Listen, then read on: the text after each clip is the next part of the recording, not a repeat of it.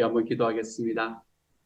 사랑하는 하나님, 제가 주님과 함께 동행함을 만민이 알게 하여 주십시오. 주님의 뜻을 저의 삶에 이루어 주십시오.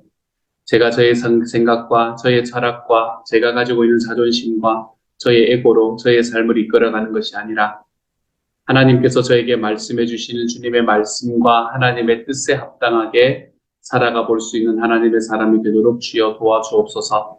주님, 하나님께서 우리가 그렇게 하나님 앞에 살아갈 때 내가 주님과 함께 걸어가고 주님의 자녀가 된다는 사실이 하나님이여 모든 사람에게 보여지게 하여 주시고 우리가 그렇게 보여서 제자 삼는 길로 한 걸음씩 걸어가 볼 수 있도록 아버지 도우시고 함께 하여 주옵소서.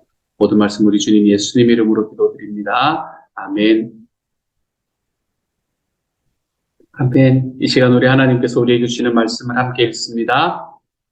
사무엘하 17장 1절부터 14절까지의 말씀입니다. 사무엘하 17장 1절부터 14절까지의 말씀 우리 같은 목소리로 읽도록 하겠습니다. 함께 읽지요. 시작. 아히도벨이 또 압살롬에게 이르되 이제 내가 사람 12,000명을 택하게 하소서. 오늘 밤에 내가 일어나서 다윗의 뒤를 지족하여 그가 고나고 힘이 빠졌을 때에 기습하여 그를 무섭게 하면 그와 함께 있는 모든 백성이 도망하리니 내가 다윗 왕만 쳐 죽이고 모든 백성이 당신께 돌아오게 하리니 모든 사람이 돌아오기는 왕이 찾는 이 사람에게 달렸습니다. 그리하면 모든 백성이 평안하리이다 하니 압살롬과 이스라엘 장로들이 다 그 말을 옳게 여기더라. 압살롬이 이르되 아렉 사람 후세도 부르라. 우리가 이제 그의 말도 듣자 하니라.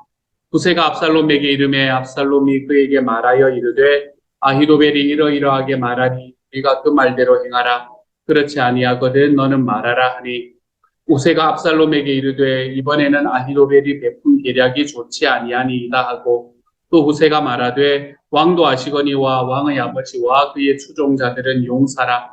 그들은 들에 있는 곰이 새끼를 빼앗긴 것 같이 격분하였고 왕의 부친은 전쟁에 익숙한 사람인즉 백성과 함께 자지 아니하고 지금 그가 어느 굴에나 어느 곳에 숨어 있으리니 꽁무리 중에 몇이 먼저 엎드러지면 그 소문을 듣는 자가 말하기를 압살롬을 따르는 자 가운데서 패함을 당하였다 할지라.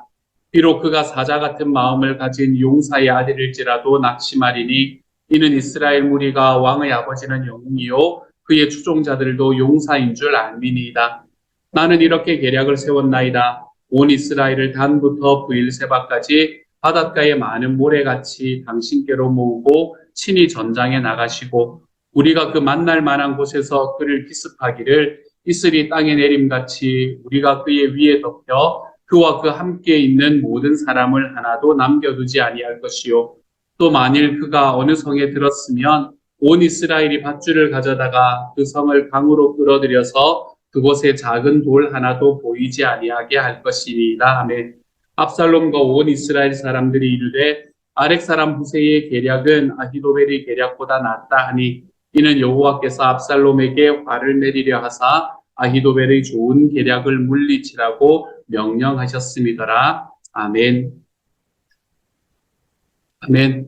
우리는 시온영락교회의 표준큐티법에 의해서 말씀을 읽고 처음에 기도하고 그리고 말씀을 읽고 PR이 지나간 거죠. 그렇죠? 그리고 난 다음에 우리는 examine을 하는 시간입니다. 이 시간은 이 말씀이 어떤 말씀인가 해석을 하는 시간이지요. 해석을 할 때 우리가 바라보는 것은 사본명약죄 5가지를 우리가 생각하면서 바라봅니다. 내가 이 말씀을 통해서 새롭게 깨달은 사실이 있는가? 내가 따라야 할 본이 있는가? 혹은 따르지 말아야 할 본이 있는가? 하나님께서 나에게 말씀하시는 명령이 있는가? 주님께서 오늘 나에게 주시는 약속이 있는가? 또 마지막으로 내가 하나님 앞에서 깨닫게 만드시는 죄가 있는가? 이렇게 사본명약죄 5개의 키워드로 우리는 이 말씀을 해석하게 됩니다. 오늘도 우리 이 5가지의 키워드로 오늘의 말씀을 해석해 볼 때 오늘의 말씀에서 우리에게 어떠한 깨달음을 주시는가, 어떻게 살아가고자 하는 말씀을 주시는가라는 것을 더 깊이 알 수 있게 될 것 같아요. 오늘의 말씀의 스토리는 이런 스토리입니다. 먼저 첫 번째 부분에서 아히도벨이라는 사람이 등장을 합니다. 아히도벨은 이 삼국지에 나오는 이 제갈량 같은 사람이었던 것 같아요. 안 그러면 주유 같은 이런 사람이었던 것 같아요. 한 나라의 이 모사, 그 나라 전체의 왕의 모사 중에 굉장히 유명한 사람이었던 것 같습니다. 그래서 이 아히도벨이 압살롬에게 이제 다윗이 도망갔고 다윗과 함께 있는 사람들이 사실은 한 줌밖에 안 되는 사람들이었잖아요. 그렇죠? 이스라엘 전체의 군대에 비하면 그와 함께 도망갔던 몇백 명의 사람들이야 한 줌밖에 안 되는 사람이긴 했었지만 어쨌든 다윗이 도망갔으니까 이 이후의 상황을 어떻게 하면 좋을지에 대한 전략을 제안합니다. 그리고 아히도벨이 제안한 전략은 무엇이었냐면 지금 당장 다윗의 뒤를 쫓아가서 기습하자라고 이야기하는 게 아히도벨의 전략이었죠. 괜히 전면전을 벌일 필요가 없다는 겁니다. 우리가 지금 쫓고 있는 건 다윗 한 사람 쫓고 있는 거기 때문에 이 다윗만 어떻게 죽이면 우리의 전쟁은 끝이 납니다. 라고 아히도벨은 이야기를 하고 있는 거지요. 그리고 다윗을 죽이기에 가장 좋은 때는 다윗이 지금 피곤하고 힘이 빠져 있는 바로 이때다. 라고 아히도벨은 압살롬에게 이야기를 합니다. 너무나 절호의 기회가 지금이니 지금 당장 몇 사람만 보내서 그리고 다윗만을 딱 죽이면 끝이 나는 전쟁입니다. 라고 이야기를 하고 있습니다. 참으로 무서운 계획인 것 같아요. 이대로 만약에 진행이 되었으면 지금 다윗이 실망에 빠져 있고 그리고 자기 아들이 자기를 대항해서 반역을 일으킬 거라고는 생각을 못했던 다윗이 지금 호둥지둥 도망가고 있는 상황이었잖아요. 그렇죠? 이 상황 속에서 아무런 준비가 되어 있지 못하는 다윗이었기 때문에 이 아히도벨이 이야기했던 말대로 이루어질 가능성이 굉장히 높았던 그런 무서운 작전이었습니다. 다윗이 고나고 힘이 빠졌을 때 그를 기습합시다라는 이야기를 들으니까 저는 이스라엘이 이집트에서 탈출했을 때가 생각이 났습니다. 아말렉이 이스라엘이 뒤에 있는 약한 자들을 공격을 하던 바로 그 사건 말입니다. 이스라엘이 군대가 걸어가고 있는데 행진을 하고 있는데 뒤에 처져 있는 약한 사람들을 아말렉이 공격을 하자 하나님께서는 그 일로 인해서 내가 아말렉을 멸망시키겠다. 라고 말씀하셨던 바로 그 사건이 기억이 납니다. 우리가 우리의 삶 속에 걸어가는 과정 속에서 우리가 뒤에 처져 있는 약한 사람을 친다 또는 우리의 삶의 약한 부분을 치고 들어온다라고 이야기하는 것은 사탄이 언제나 사용하는 똑같은 전술입니다. 우리는 이것을 오늘의 말씀 속에서 다시 한번 깨닫게 되는 사실로서 우리는 받아들일 수 있게 되는 것 같습니다. 사탄은 그때 당시와 지금 똑같은 전술을 사용하고 있는 것 같아요. 우는 사자와 같이 호시탐탐 우리를 노리고 있다가 우리가 좀 연약해져 있는 것처럼 보일 때, 우리가 좀 피곤해져 있는 것처럼 보일 때 우리를 딱 노리는 겁니다. 그리고 우리의 삶에 딱 들어와서 우리의 삶을 엉엉 끌어들이고 그리고 무너지도록 만드는 것이 바로 사탄의 전략인 거죠. 그러므로 우리가 이러한 사탄의 전략에 넘어가지 않기 위해서는 우리는 날마다 영적으로 깨어 있어야 되겠습니다. 영적으로 깨어 있다라는 말은 되게 멋있는 이야기이긴 한데 영적으로 깨어 있다는 말이 무슨 말일까요, 여러분? 영적으로 깨어 있다는 말은 뭔가 잠을 안 자야 되는 거나 뭐 이런 생각을 우리가 할 수 있겠지만 영적으로 깨어 있다는 말을 정의해 보면 우리는 말씀을 꾸준히 먹고 지속적으로 기도한다라고 이야기하는 것이 아마 영적으로 깨어있다라는 말의 가장 핵심이 되는 것 같아요. 말씀을 꾸준히 먹고 지속적으로 기도하는 삶을 선택하며 살아갈 때 우리는 우리의 삶에서 사탄이 우리의 약한 부분을 치고 들어오는 그런 경험을 하지 않는 영적으로 깨어있는 상태를 지속할 수 있게 됩니다. 그렇지 않으면 우리의 영혼이 약해져서 사탄의 먹잇감이 되는 것 같습니다. 이스라엘 백성의 약한 사람을 치고 들어왔던 이 아말렉의 백성처럼 또한 오늘 아히도벨이 다윗이 약할 때 지금 가서 그 사람을 죽여야 합니다. 라고 이야기하는 이 계략처럼 우리가 약해져 있는 과정 속에서 사탄의 먹잇감이 될 가능성이 굉장히 높지요. 굉장히 작은 습관입니다, 여러분. 말씀을 매일 묵상하고 매일 내가 기도를 한다라는 건 사실은 굉장히 작은 습관이에요. 하지만 이 작은 습관들이 우리의 영혼을 계속해서 깨어있게 만들고 그것이 우리를 튼튼하게 만들어서 우리의 약점을 치고 들어오려고 하는 이 사탄의 계교를 계속해서 막아내는 길이 되게 되는 겁니다. 우리는 우리의 삶을 이렇게 돌아볼 뿐만 아니라 또한 오늘 하루 살아가면서 우리 공동체 안에서 연약한 분들을 좀 돌아볼 수 있는 시간이 되었으면 좋겠습니다. 지금 닥쳐있는 어려움과 고난으로 인해서 낙심하고 계시는 분들, 우리의 삶에 있는 관계의 문제로 인해서 아파하고 힘들어하시는 분들, 우리의 삶에서 지금 내가 예수님을 분명히 영접하고 걸어가고 있지만 그럼에도 지금 나의 믿음이 좀 흔들리고 계시는 분들을 여러분들이 보고 계신다면 그분들을 좀 붙들어주고 격려해주는 하루가 되어 가시기를 소망합니다. 우리가 깨닫는 하나의 사실, 그것은 무엇인가 하면 사탄은 언제나 우리가 약할 때에 우리를 치고 들어온다 라는 이 사실을 오늘의 말씀에서 깨닫게 됩니다. 나도 그 자리로 들어가지 않기 위해 나의 영혼이 날마다 깨어있는 그 작은 습관들을 힘써서 행하기를 노력할 뿐만 아니라 내 주변에서 약하여서 지금 그 과정 속에 그 사탄과의 전쟁 속에서 지금 힘들어하고 계시는 분들을 보신다면 기도하고 격려해 줄 수 있는 자리로 한 걸음 걸어가 볼 수 있는 오늘 하루가 되어 가시기를 우리 주님의 이름으로 축복합니다. 두 번째로 오늘의 말씀에서는 우리가 따르지 말아야 할 본을 한 가지 보여주는 말씀이 저에게는 보입니다. 아히도벨이 지금 피곤한 다윗이 있으니까 그 피곤한 다윗을 지금 습격해서 다윗만 없애면 전쟁이 끝날 겁니다 라고 지금 조언을 했고, 그 조언을 들은 이 압살롬과 온 이스라엘 백성들은 그 조언을 매우 좋아했다 라고 이야기를 합니다. 지금 다윗의 생명은 이제 이 바람 앞에 등불 같이 이제 이렇게 흔들리고 있는 그런 상황입니다. 이것을 딱 채택해서 실행만 하면 사실은 지금 다윗은 그것을 막을 수 있는 능력이 전혀 없는 그런 상태였기 때문이지요. 그런데 이 다윗이 후세를 그 안으로 보내지 않았습니까? 그렇죠?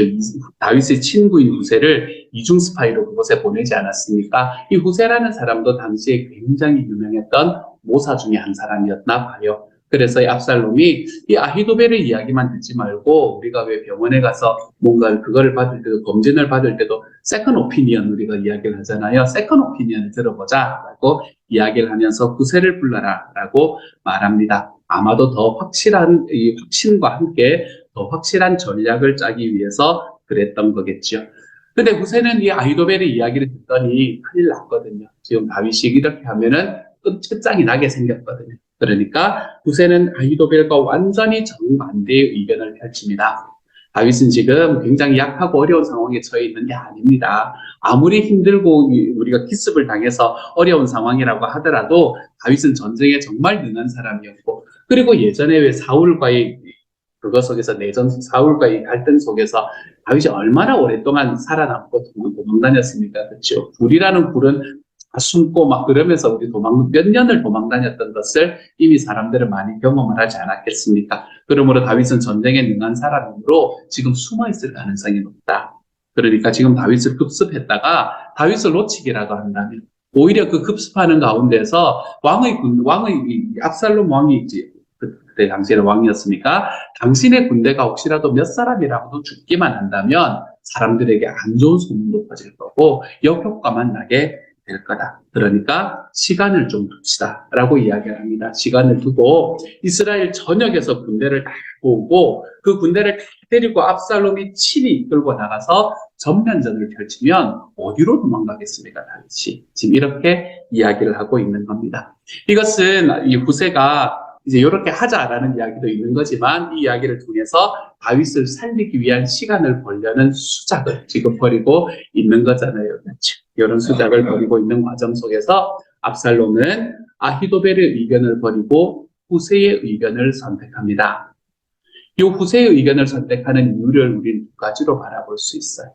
첫 번째로는 압살롬이 후세의 의견을 채택했던 이유는 후세의 의견이 압살롬의 허영심과 공명심을 채워줬기 때문일 겁니다.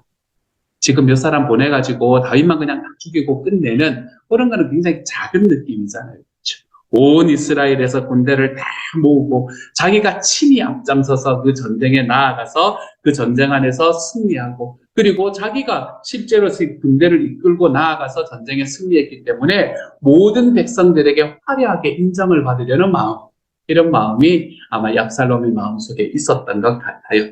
이런 영웅심, 내가 이곳에서 주인공이 되어야겠다라고 이야기하는 이런 영웅심이 압살롬을 파멸의 길로 끌고 들어가는 것을 우리는 말씀을 통해서 봅니다. 이것이 우리가 따르지 말아야 할 본이 되는 것 같아요. 우리 모두에게도 사실은 인정욕구와 명예욕 모두에게 있지 않습니까? 그렇죠? 내가 사람들에게 인정받고 싶은 마음, 내가 사람들 앞에서 명예로운 자리에 나아가고 싶은 욕구가 있습니다. 사랑받고 인정받고 싶어 하는 것, 그건 죄가 아니잖아요. 이건 너무나 당연한 이야기입니다, 여러분.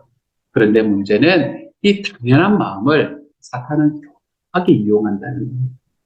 인정받고 싶은 마음과 다른 사람들에게 이 사랑받고 싶은 이 마음이 당연한 마음인데 이것을 사탄은 교묘하게 이용하려고 합니다.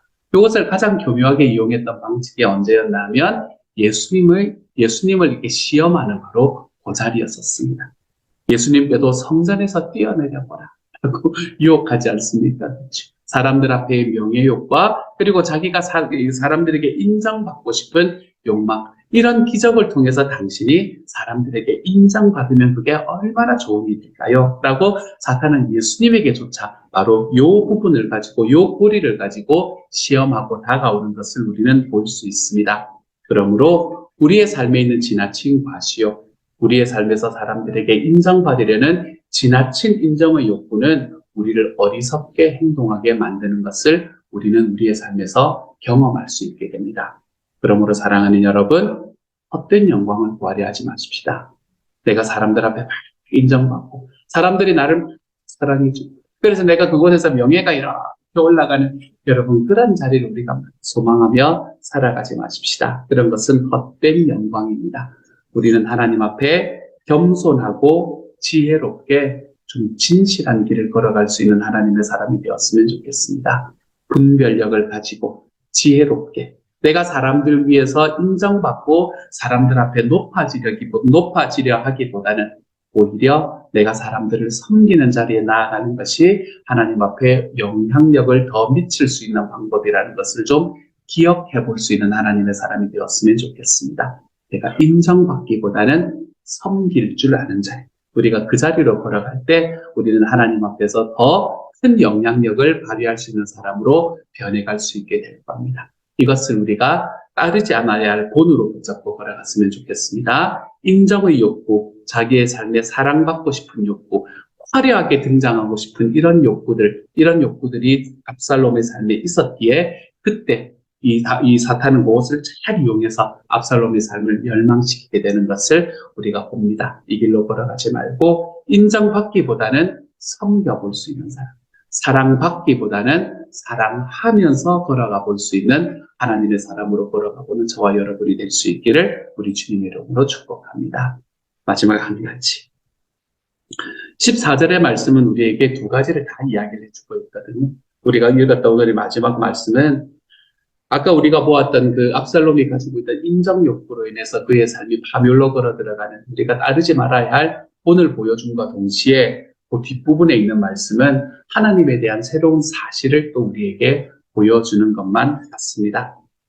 압살롬이 지혜로운 아히도벨의 제안을 물리치고 후세의 의견을 채택한 것, 그것은 1차적으로는 압살롬의 허영심과 명예욕 때문이었다라고 여러분에게 말씀드렸습니다. 그런데 성경은 그것보다 더 근본적인 이유가 거기에 있었다라고 우리에게 이야기를 합니다. 그것은 하나님의 섭리가 그곳에 있었기 때문이다라고 말하고 있는 거죠. 하나님께서 압살롬에게 화를 내리시려고 그를 심판하시려고 하나님은 압살롬이 그렇게 선택하도록 만드셨다라고 말하고 있는 것입니다. 인간이 계획하는 일에 하나님이 얼마나 개입하실까요? 인간이 계획하고 행하는 일에 하나님께서 얼마나 개입하시는지를 구별하는 것, 그것은 사실 쉽지가 않은 일입니다. 내 삶에 하나님께서 나를 어떻게 인도해 가시는가라는 걸 바라보는 것이 절대로 쉬운 일이 아닙니다. 우리의 계획대로 모든 것이 이루어진다. 이것도 사실 옳지 않은 이야기입니다. 우리의 계획대로 우리의 모든 것이 이루어지지 않을 거예요. 하지만 모든 것이 하나님의 뜻이다라고 이야기하면서 우리가 져야 되는 책임을 온전히 무시해버리는 것도 옳은 일이 아닙니다.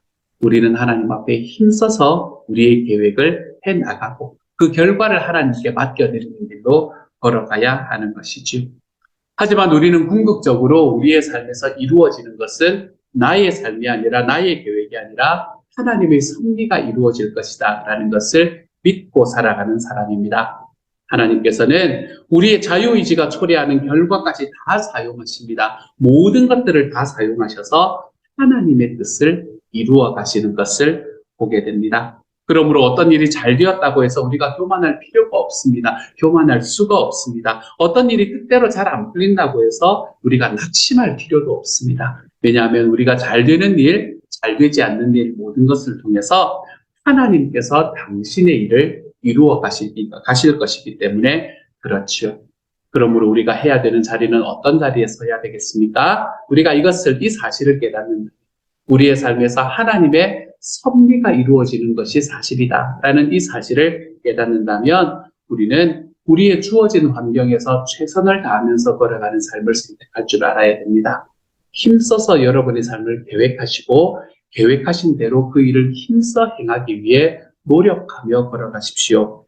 하지만 동시에 두 번째로 그 일을 이루시는 분은 내가 아니라는 것도, 이루는 사람은 내가 아니라는 것도 인정하며 살아가야 되겠습니다. 일을 이루시는 분은 하나님이십니다.